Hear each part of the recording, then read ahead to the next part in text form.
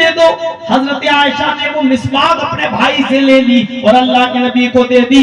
जब अल्लाह के रसूल वो मिसवाक करने लगे तो आपने अम्मा आयशा को वो मिसवाक दी और कहा इसको अपने दांतों से नरम कर दो, मुलायम कर दो, कुचल दो। अब मेरे दांतों में इतनी ताकत नहीं कि इतनी सख्त मिसवाक मैं कर सकूं। आयशा इसको अपने दांतों से नरम कर दो। हजरत आयशा ने उसको अपनी दाढ़ में दांत में लिया और उसको कुचल दिया, नरम कर दिया और वही झूठी मिसवाक अपने शौहर को, अपने नबी को दे दी। अल्लाह के रसूल ने अम्मी आयशा की झूठी मिसवाक करना शुरू कर दी। आपने वो मिसवाक की और मिसवाक करते करते वो मिसवाक आपके हाथ से गिर गई। आपका हाथ पानी के प्याले में जाता है और पानी से प्याले से भरा हुआ वो हाथ अपने बदन पर मलते हैं और कहते हैं ला इलाहा इल्लल्लाह इन्ना लिल मौति सकरात, ला इलाहा इल्लल्लाह इन्ना लिल मौति सकरात, ला इलाहा इल्लल्लाह इन्ना लिल मौति सकरात। अल्लाह के अलावा कोई माबूद नहीं। बेशक मौत के लिए बड़ी सख्तियां हैं, बेशक मौत के लिए बड़ी बेचैनियां हैं, बेशक मौत के लिए बड़ी परेशानियां हैं। अल्लाह के रसूल को इंतकाल के वक्त इतनी परेशानी और इतनी बेचैनी हो रही थी कि उसी बेचैनी को देखते हुए आप कहते हैं इन्ना लिल मौति सकरात, मौत के लिए बड़ी बेचैनियां हैं। फिर आपने हज़रत आयशा से कहा आयशा मुझे लगता है खैबर में जिस यहूदिया ने सालन में जहर मिलाकर मुझे खिलाया था उस जहर का असर अब मेरी रगें काटे डाल रहा है, अब मेरी रगें काटे डाल रहा है, अब मैं नहीं बचूंगा। आयशा उसके बाद आपकी आवाज बंद हो जाती है और हिल रहे हैं। हजरत आयशा ने कान लगाए तो आप कह रहे थे अकीमुस्सलाह मा मलकत ऐमानुकुम, लोगों नमाज पढ़ते रहना, नमाज पढ़ते रहना और अपने मातहतों का ख्याल रखना, अपने गुलामों पर जुल्म मत करना। मेरे भाइयों कहने का मकसद ये आखिरी वक्त में भी आपने मिसवाक की है, आखिरी दिन तक आपने मिसवाक की है। मिसवाक करते करते खुद हाथ से गिर गई और दाढ़ी पर आ गई, उस वक्त भी आपने मिसवाक की है। ये मिसवाक जो इतनी प्यारी थी अल्लाह के नबी को, इतनी महबूब थी अल्लाह के नबी को, लेकिन आपने अपनी उम्मत पर मिसवाक फर्ज नहीं की। लौला अन्ना शुक्काला उम्मती लामरतुहुम बिस्सिवाक इंदा कुल्ली सलाह, अगर मेरी उम्मत पर हर नमाज से पहले मिसवाक करना मुश्किल न होता, दुश्वार न होता तो मैं उन पर फर्ज कर देता, उनको हुक्म देता कि वो हर नमाज से पहले मिसवाक करें। लेकिन मेरी उम्मत पर हर नमाज से पहले मिसवाक करना मुश्किल है। इस मुश्किल से बचने के लिए आपने फर्ज करार नहीं दिया, इसलिए आपने उसको फर्ज नहीं सिर्फ सुन्नत रहने दी लेकिन फर्ज नहीं करार दिया। इतनी इंपॉर्टेंट चीज मिसवाक जिसको आखिरी वक्त में भी किया लेकिन उसको आपने फर्ज करार नहीं दिया। ये थी मोहब्बत नबी की। अंदाजा लगा सकते हैं? गौर कीजिए, एक दुआ अल्लाह ने हर नबी को दी, हर नबी को, आदम से लेकर मोहम्मद सल्लल्लाहु अलैहि वसल्लम तक जितने भी नबी आए, 1 लाख 1.25 लाख जितने भी नबी इस दुनिया में आए, अल्लाह ने सबको कहा एक दुआ मैं तुम्हें दे रहा हूं, तुम्हारी जरूर कबूल करूंगा। हर दुआ कबूल करूं ना करूं ये अलग बात है, लेकिन एक दुआ जरूर कबूल करूंगा।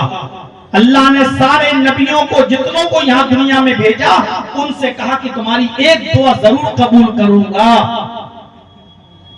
अल्लाह के नबी फरमाते हैं सारे नबियों ने जल्दबाजी कर ली, अल्लाह ने उनसे एक दुआ का इख्तियार दिया, उन्होंने अपनी अपनी दुआ इसी दुनिया में मांग ली और अल्लाह ने उनको उनकी दुआ के मुताबिक दुनिया में दे दिया। जब अल्लाह के रसूल इस दुनिया में आए तो अल्लाह ताला ने नबी से भी कहा आए मोहम्मद सल्लल्लाहु अलैहि वसल्लम, एक दुआ हम आपकी भी जरूर कबूल करेंगे, बताओ क्या मांगते हो, क्या चाहिए तुम्हें।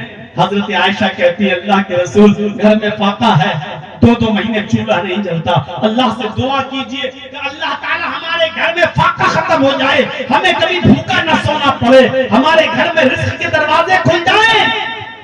हजरत आयशा से अल्लाह के नबी कहते हैं, आयशा मैं जानता था कि तुम यही कहोगी कि यही दुआ मांग लो ताकि फाका खत्म हो जाए, ताकि भूखमरी खत्म हो जाए, हमें कभी भूखा न सोने दे।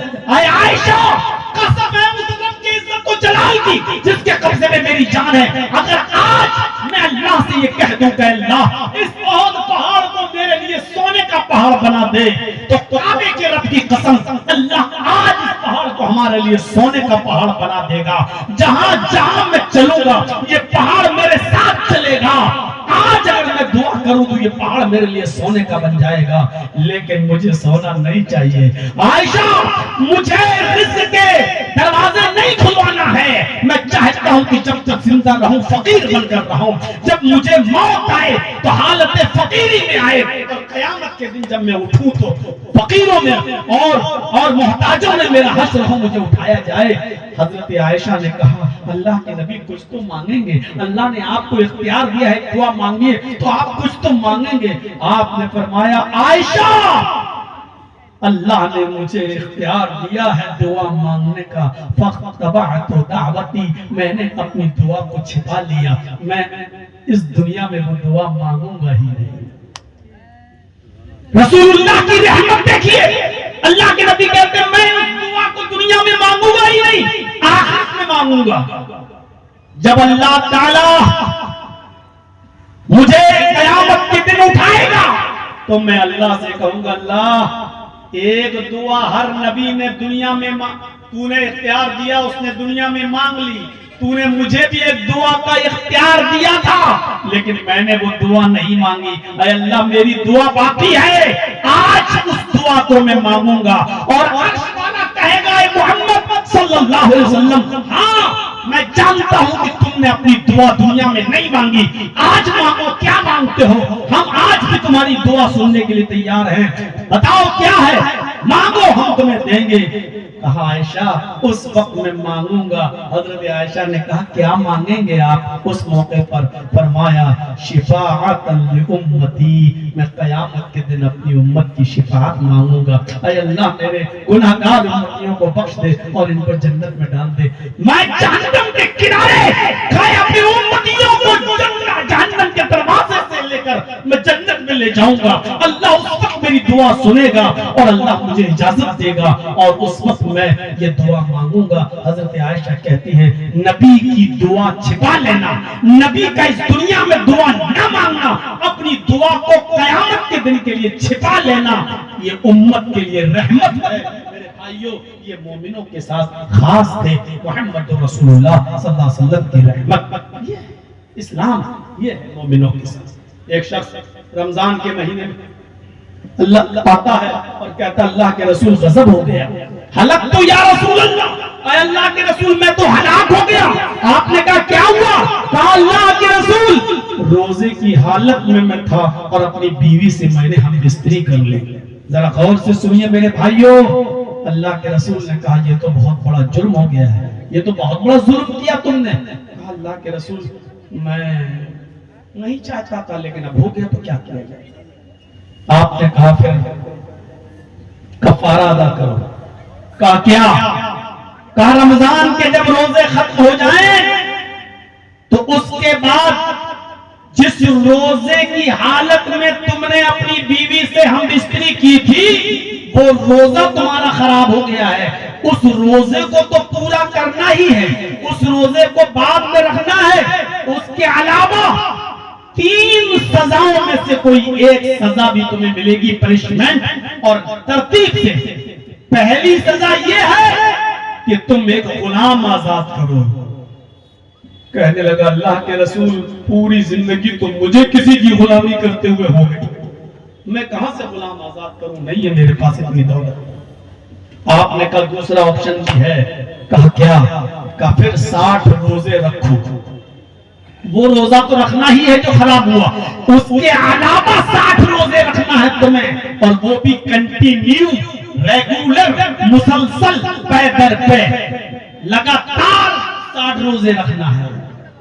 जितने दिन रोजे रखोगे बीवी से अलग रहोगे जब तक 60 रोजे पूरे ना हो जाएं, और कंटिन्यू रोजे रखना है लगातार, बीच में एक भी नहीं छोड़ सकते हो। अगर 50 रोजे रख लिए और एक दिन आराम करने के लिए, सस्ताने के लिए छोड़, चलो 1-2 दिन आराम कर लेते हैं, 50 रख के थक गए हैं, और जहां आपने एक रोजा छोड़ा 50 बेकार, अब फिर से 160।